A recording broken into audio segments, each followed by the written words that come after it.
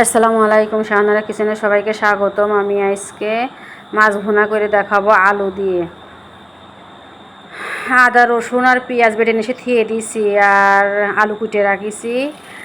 আর এই টমেটোটা ফ্রিজে ছিল, এই টমেটোটা কুটে নিয়েছি, ব্লেন্ডার করে নিয়ে থিয়ে দিয়েছি। এদিকে হলুদ লবণ মাখায়ে মাছ ভেজে নিয়েছি কড়াভাবে, একদম সুন্দরভাবে কড়াভাবে মাছ ভেজে নিয়েছি।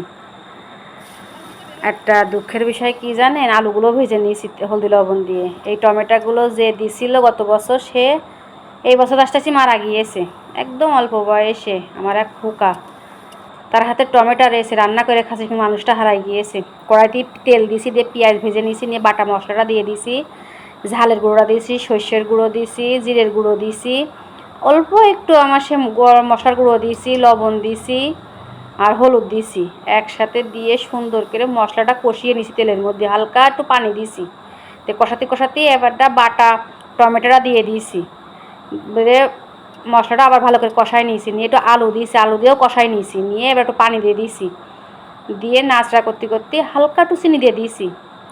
এই যে পানি দিয়ে দিয়েছি, দিয়ে হালকা নাড়াচাড়া করতে করতে এবার উপর দিয়ে ভাজা মাছগুলো দিয়ে দিয়েছি।